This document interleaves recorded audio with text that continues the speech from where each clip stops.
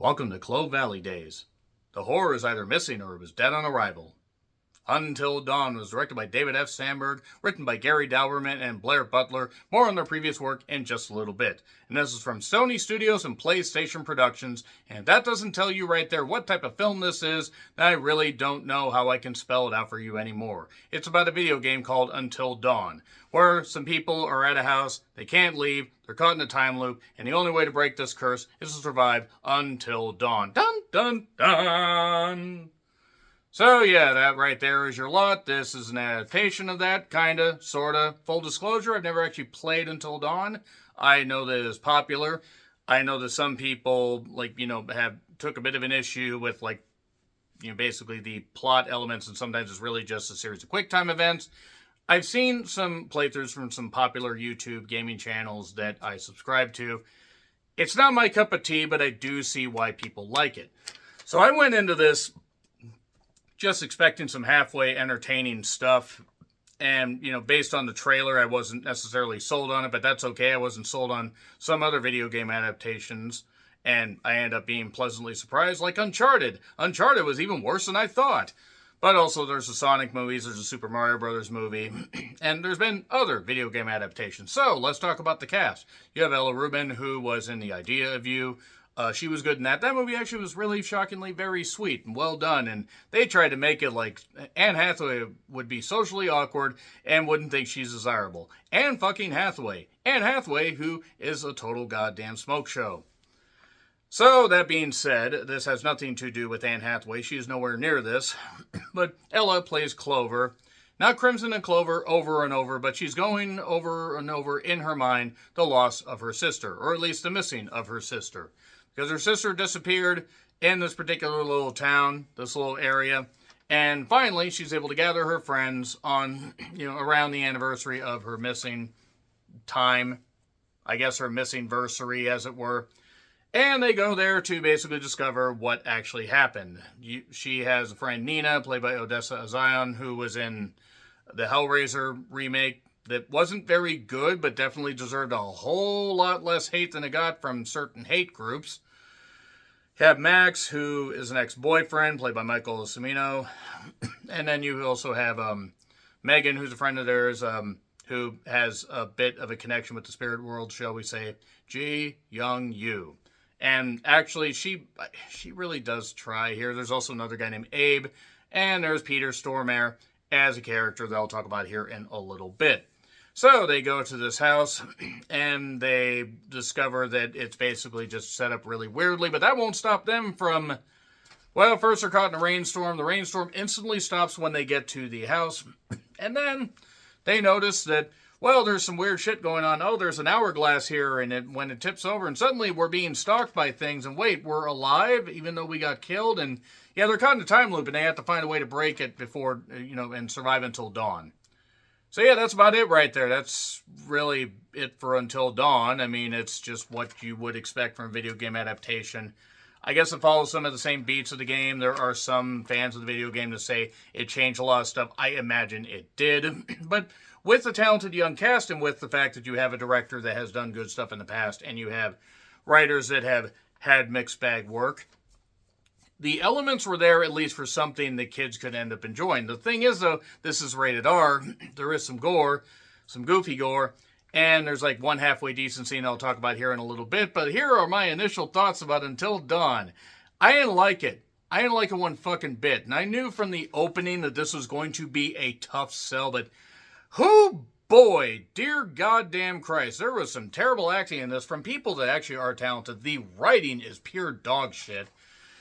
And, in fact, I'm just going to talk about what the director did. So, David F. Sandberg has done some shorts in the past. He also did Lights Out, that was based on a short that he did. He also did Shazam 1 and Shazam Fury of the Gods. He also did Annabelle Creation, that I really liked. I am not going to say, by the way, that Annabelle Creation is necessarily the most well-written and well-acted prequel, but after the first Annabelle, more on that in a bit, I was really surprised by how great Annabelle goddamn Creation was. This was really, really fucking good. And I was excited about that. And then I said, who the fuck wrote it? So, let's talk about Blair Butler first. So she did Polaroid, she did The Invitation, which was pure dog shit, and she did Hellfest. And I liked Hellfest at first, but upon rewatching, besides Bex Taylor Klaus and a few decent set pieces, yeah, Hellfest wasn't really that great. It really wasn't. I mean, it was better than some of the other movies I'm going to talk about here in a bit.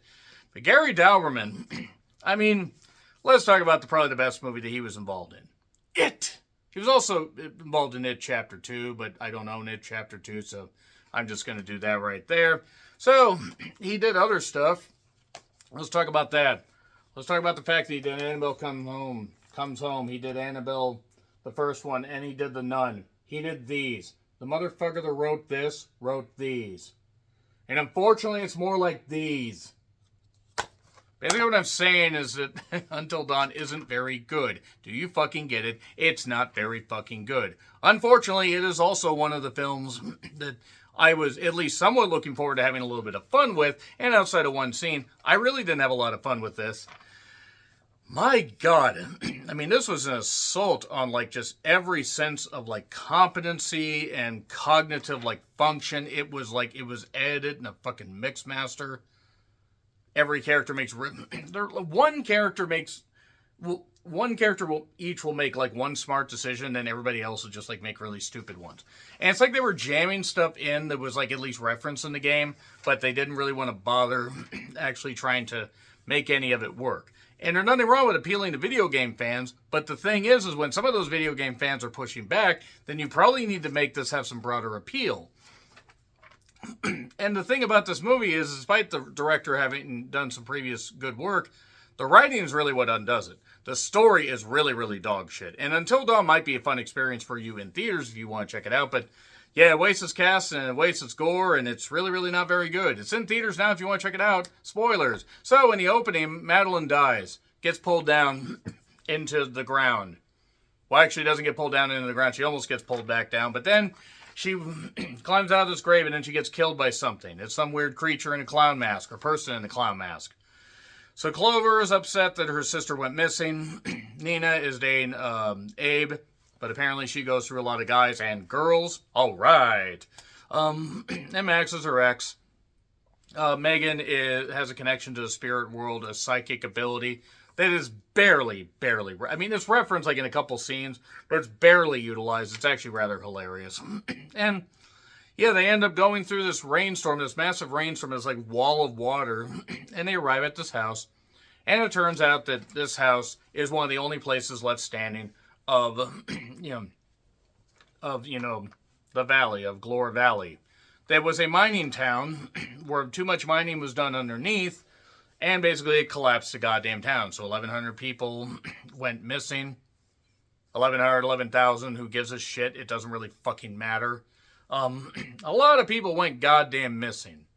Quite frankly, I think everybody, at Sony should go missing because of a movie like this.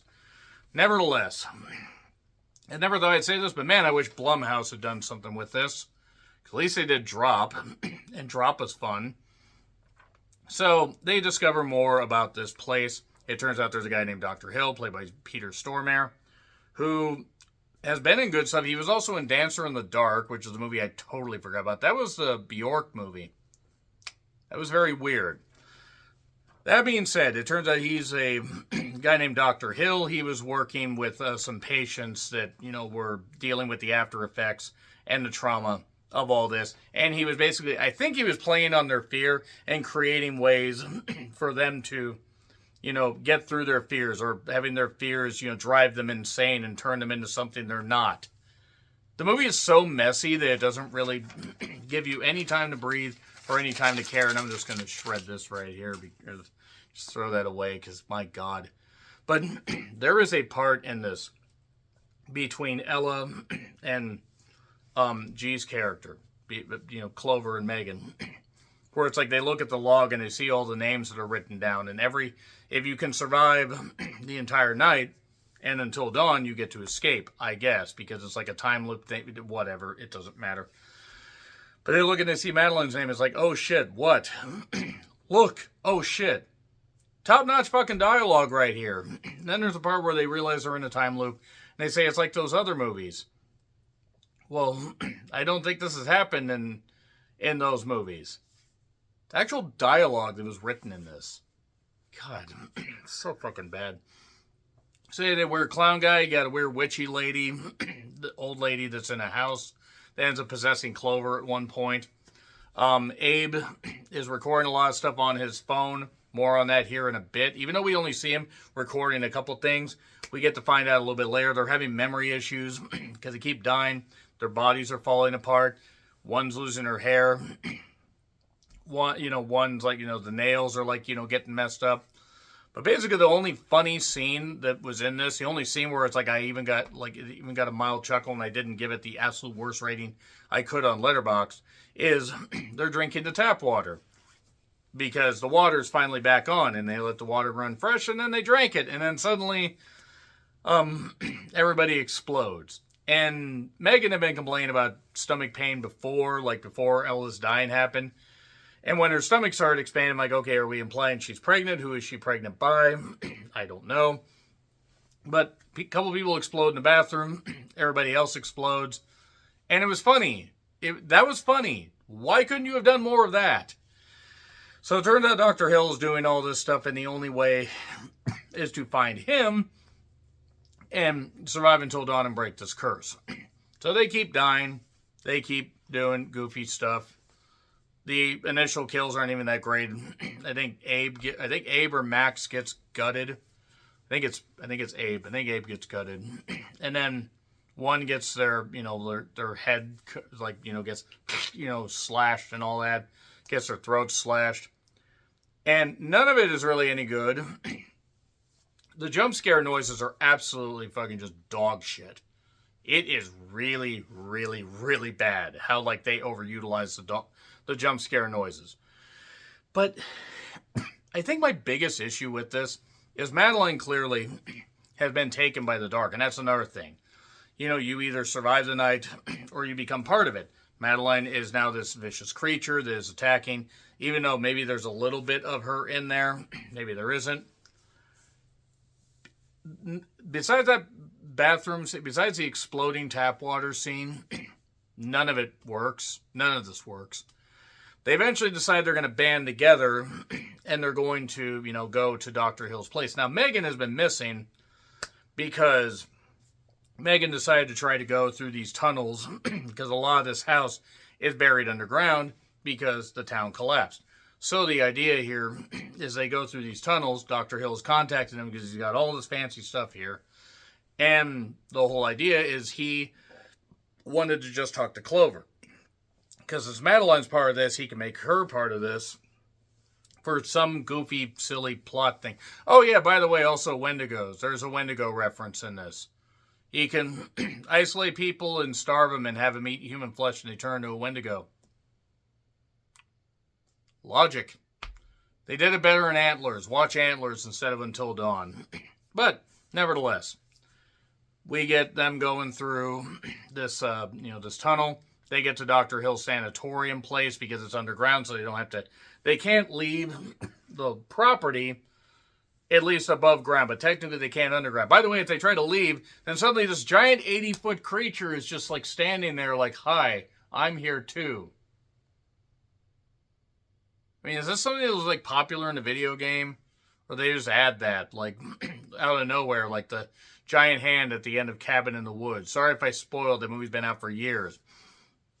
They get into Dr. Hill's little sanatorium place, and the idea, since Megan's missing, she is actually trapped, and there's this guy, this weird Wendigo-like thing that is going to end up attacking her. She's strapped in his chair, but he's chained, but he's eventually trying to remove the chain, the little pin deal back there. Clover ends up confronting the doctor. The other three are trying to beat up the clown guy, and I'm sure he had a name. I don't give a fuck, but he had a name, I'm sure. And I don't mean the actor. Again, I think it's the actor. I'm talking about the character. But the idea is Dr. Hill spells out his whole thing. He was doing this, and because why not? He was studying people, doing all this crap, studying on fears, being, targeted by a serial killer, all this terrible stuff. But wait a second, exploding tap water, all this stuff, no, that stuff's new. that's not something. Those are more irrational fears, but then basic fears, playing on fears and doing all this and driving people insane. And then if they can survive until dawn, they break the loop. I guess why? Who knows? Why worry about it? Why focus on it? I just hate it because not enough of this really matters. Like, it doesn't end up mattering. And then, despite the fact that he's drinking coffee, and I don't know how he was able to get this coffee made without using some water unless he had distilled bottled water, but he ends up, and I'm not kidding, taking some water, and it turns out that she had put some of the exploding tap water in there, and he blew up. And then she was able to get the keys from him because he had the keys to, like, break the loop and get out. And that's it. They all get out. They're fine. Everybody dies. All the evil dies, including an earlier scene when Clover gets in a fight with Madeline in the basement and then manages to escape. But then they escape and they drive away, and then the cameras are still on in the TV, room, Dr. Hill's office, and another van arrives, so we're going to get a sequel. No. Please, Sony, make good movies. Please try. F. It gets an F. It's terrible. I'm sorry. And by the way, if you're a fan of the video game and I explained this badly, I don't care. Because if you like this, great. I'm a novice when it comes to the game. But it was not a good movie. Just, even as somebody that was a novice towards the game, this was just a bad horror movie with bad jump scares and a couple young up-and-coming actresses that certainly deserve better. So F. Agree, disagree, what I said, like, share, subscribe, Twitter, Letterboxd, Blue Sky handles in the description. I'm John Ritland. I'll see you soon.